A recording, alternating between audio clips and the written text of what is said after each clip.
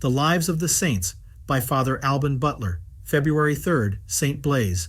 He was Bishop of Sebaste in Armenia and was crowned with martyrdom in the persecution of Licinius in 316 by the command of Agricolas, governor of Cappadocia and the Lesser Armenia.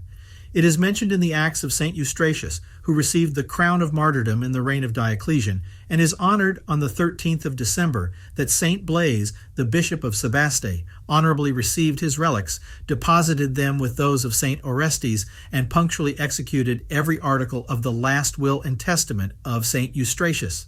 His festival is kept a holiday in the Greek Church on the 11th of February. He is mentioned in the ancient Western martyrologies, which bear the name of St. Jerome. Edo and Usuard, with several more ancient manuscript martyrologies quoted by Chatelain, place his name on the 15th. In the Holy Wars, his relics were dispersed over the West, and his veneration was propagated by many miraculous cures, especially of sore throats. He is the principal patron of the Commonwealth of Ragusa. No other reason than the great devotion of the people to this celebrated martyr of the Church seems to have given occasion to the Woolcombers to choose him the titular patron of their profession, on which account his festival is still kept by them with a solemn guild at Norwich. Perhaps also his country might in part determine them to this choice, for it seems that the first branch, or at least hint of this manufacture, was borrowed from the remotest known countries of the East, as was that of silk, or the iron combs with which he is said to have been tormented, gave occasion to this choice. The iron combs, hooks, racks, swords, and scaffolds, which were purpled with the blood of the martyrs, are eternal proofs of their invincible courage and constancy in the divine service. But are they not at the same time subjects of our condemnation and confusion?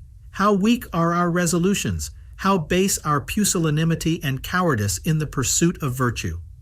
We have daily renewed our most sacred baptismal engagements and our purposes of faithfully serving God.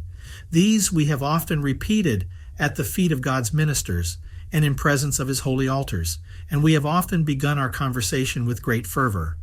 Yet these fair blossoms were always nipped in the bud. For want of constancy, we soon fell back into our former sloth and disorders, adding to our other prevarications that of base infidelity. Instead of encountering gibbets and wild beasts, we were scared at the sight of the least difficulty, or we had not courage to make the least sacrifice of our passions, or to repulse the weakest and most contemptible assaults of the world.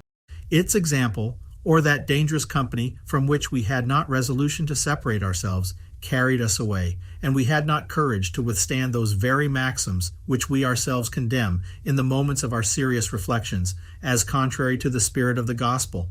Perhaps we often flew back for fear of shadows, and out of apprehensions frequently imaginary, lest we should forfeit some temporal advantage, some useful or agreeable friend.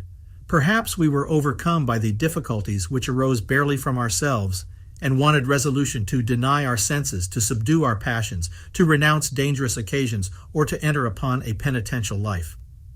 Blinded by self-love, have we not sheltered our dastardly pusillanimity under the cloak of pretended necessity or even virtue?